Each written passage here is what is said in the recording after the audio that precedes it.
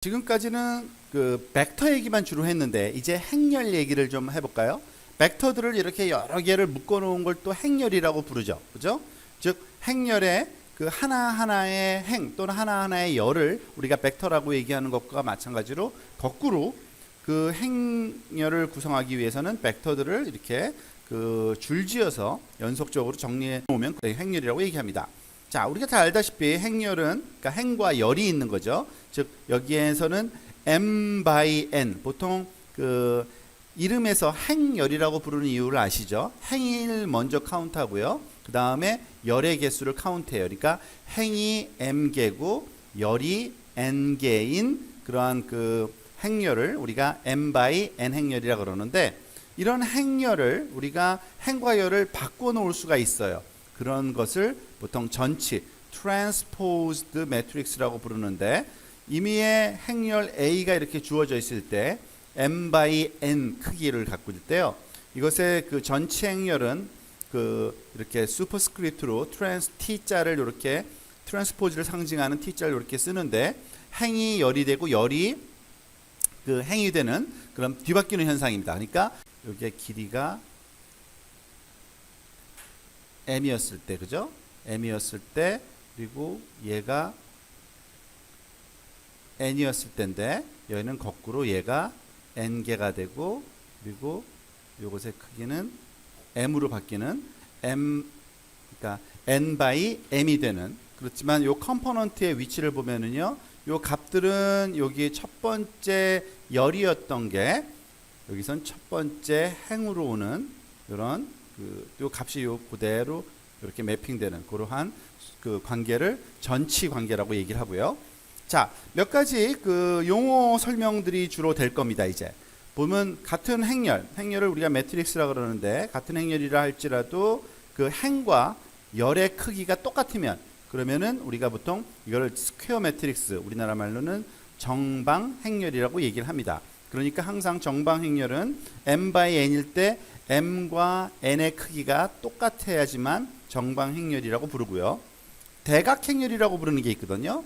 다이아고널 매트릭스라 그래서 그때는 어느 경우냐면 이 그 행과 열 중에서 행의 위치와 열의 위치가 똑같은 이런 대각선 컴포넌트 있죠. 이 다이아고널 컴포넌트만 값이 있고 나머지는 모두 0인 이렇게 그 아래쪽이나 다이아고널 아래쪽이나 다이아고널 위쪽은 항상 0의 값으로 채워져 있으면 그거를 다이아고널 매트릭스라고 얘기를 합니다.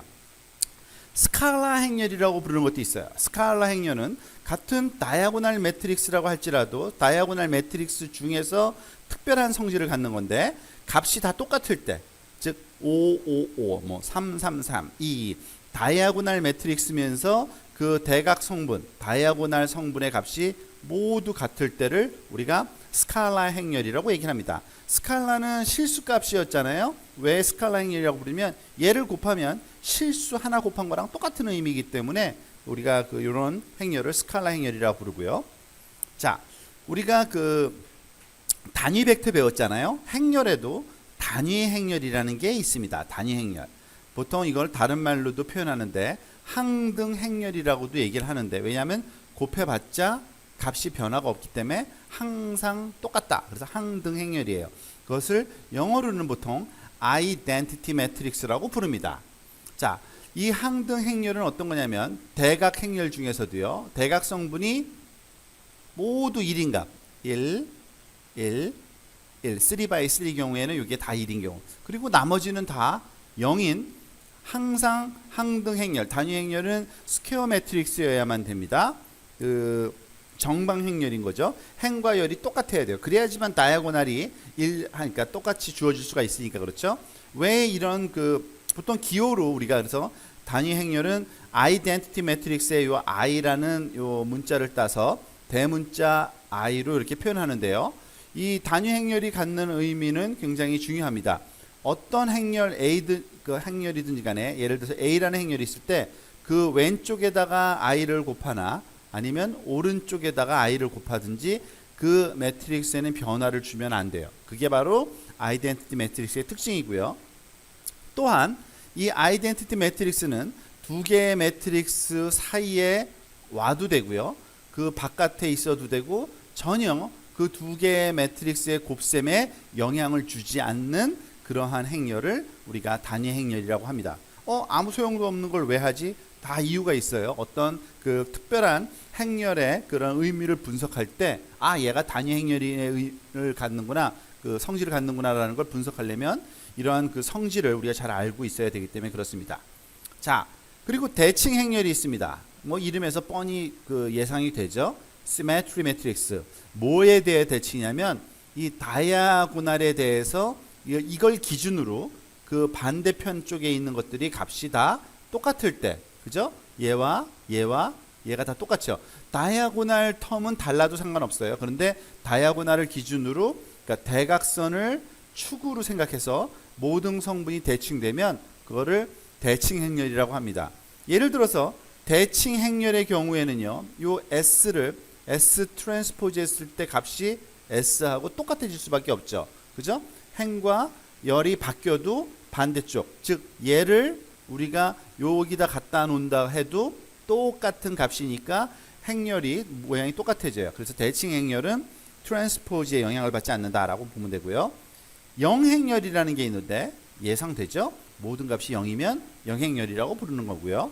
자, 이제 우리가 앞에서 배웠던 몇 가지 개념을 포함하는 그 특별한 행렬을 한번 살펴보겠습니다.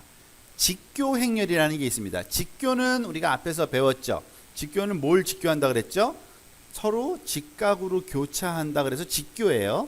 오토고날이라고 얘기를 했죠. 서로 두 개의 벡터가 서로 그 90도의 각도를 이루면 서로 직교한다고 얘기를 하는데, 그 무슨 얘기냐면 90도로 직교하면은 두 개의 덧 프로덕트, 예를 들어서 우리가 벡터 개념을 다시 한번 여기서 생각해 볼게요. x라는 어떤 그 벡터가 있는데 그것과 y라는 벡터와 덧 프로덕트를 취하면은 우리가 알다시피 x 트랜스포즈 곱하기 y라는 수식으로 쓸 수 있었죠. 선형대수학적으로. 그런데 얘네 둘이 우리가 그 계산할 때 그 덧 프로덕트 계산하는 방식에 의하면 어떻게 돼요? x의 길이 곱하기 y의 길이 곱하기 코사인 시타로도 구할 수 있었죠. 근데 만약에 x하고 y가 그 이루는 각도가 90도다. 얘가 90도를 이루면 어떻게 됐었죠? 얘네 둘의 값이 그 합이, 그러니까 코사인 세타가 0이니까 얘는 항상 0이어야 돼요. 그죠? 그런데 x하고 y 대신에 만약에 x하고 x를 곱하면 어떻게 될까요? x하고 x를 곱해, 그 덧 프로덕트 취하면 얘는 항상 자기하고 자기를 하면은 0도잖아요. 그죠? 0도. 자기하고 자기를 그 각도가 0도예요. 그러니까 얘는 항상 어떤 0이 아닌 특별한 값을 가질 거예요. 그러니까 x 값의 길이 곱하기 y, 그러니까 자기 자신의 길이 곱하기 1이니까 x의 그 길이 제곱의 값을 갖겠죠. x 길이의 제곱의 값을 가질 겁니다. 항상. 그죠? 자, 그런 경우를 지금 한번 가만히 생각해 보는 건데, 지금 보세요. 행렬 A가 있을 때 얘가 정방 스퀘어 매트릭스고요. A 곱하기 A 트랜스포즈가 아이덴티티 매트릭스의 결과로 나오는 요 관계를 만족하는 행렬을 우리가 직교 행렬이라고 부릅니다. 왜 그러는지 한번 볼까요? 왜 그러냐면 우리가 알다시피 A라는 뭐 A 트랜스포즈나 A나 요건 순서를 바꿔도 여기서는 상관없는데 우선 A라는 매트릭스를 한번 생각해 볼게요. A라는 매트릭스를 생각했는데 얘 행이 A는 행으로 구성되어 있는데 첫 번째 행은 x1 벡터로 구성되어 있고요. 두 번째 행도 또 다른 벡터인데 x2라고 부르고 점점점 x의 n으로 구성되어 있는 요 벡터들로 구성되어 있는 A라는 행렬을 한번 생각해 보고요. 그럼 A 트랜스포즈는 어떻게 되겠어요? 우리가 알다시피 A 트랜스포즈는 행과 열이 뒤집히는 거니까 이 첫 번째 오는 게 열로 x1이 이렇게 되고요. 그리고 x2가 오고 xn이 마지막에 오겠죠. 이런 버티컬한 그 벡터로 구성되겠죠. 그럼 만약에 얘하고 얘하고 곱하는, 지금 여기에 보면은 이게 겹치니까 색깔을 좀 바꿀게요. 지금 볼까요? A 트랜스포즈 A라는 요 연산은 얘랑 얘를 곱하는 거잖아요. 그럼 어떻게 돼요? 첫 번째 컴포넌트는 당연히 누가 나와야 되냐면 얘 곱하기 얘예요. 그죠?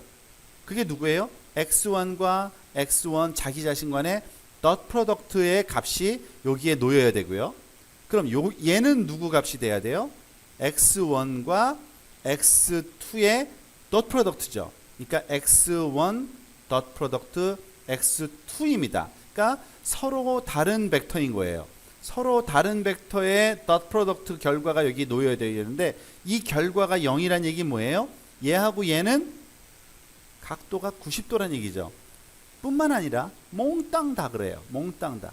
다른 곳, 서로 다른 벡터를 덧 프로덕트 취한 거는 다 0이고 가운데 있는 요 다이아고널은 자기 자신끼리 곱한 것만 여기 놓여지겠죠. 이런 값을 갖는 데다가 요 친구 값이 1이라고 지금 얘기했어요. 1. 그죠? 지금 요거는 무엇을 상징하는 거냐면 이 결과가 1, 0, 0, 0, 0, 1, 0, 0, 0, 0, 1, 0, 0, 0, 0. 그러니까 4x4 매트릭스라고 가정하면 다 1이고 나머지는 0인 그런 경우인데 요 각각 자기 자신과 곱했을 때만 값을 가지면서 크기가 1인 그러한 벡터들로 구성된 이 매트릭스 A를 우리가 직교 행렬이라고 부르는 겁니다. 그러니까 말 그대로 행렬이 그 각각의 행과 열들이 서로 직교한다는 얘기예요. 얘네들이 서로 직교한다는 얘기죠. 서로 아까 얘기한 선형 독립적인 걸 얘기하는 겁니다. 그죠? 다 관련되어 있는 거예요. 우리가 뭐 많이 배운 것 같지만 사실은 똑같은 거를 다른 이름으로 여러 번 배웠을 뿐이에요. 직교, 선형 독립, 그리고 그거는 기저 벡터 다 똑같은 얘기예요. 그런 것들로 구성된 행렬을 직교 행렬이라고 부릅니다. 뭐 이런 예는 또 다른 직교 행렬의 그 특성을 갖는 그런 그 행렬을 우리가 만나게 되거든요. 앞으로는. 그래서 요 정의를 한번 정리를 한 거고요.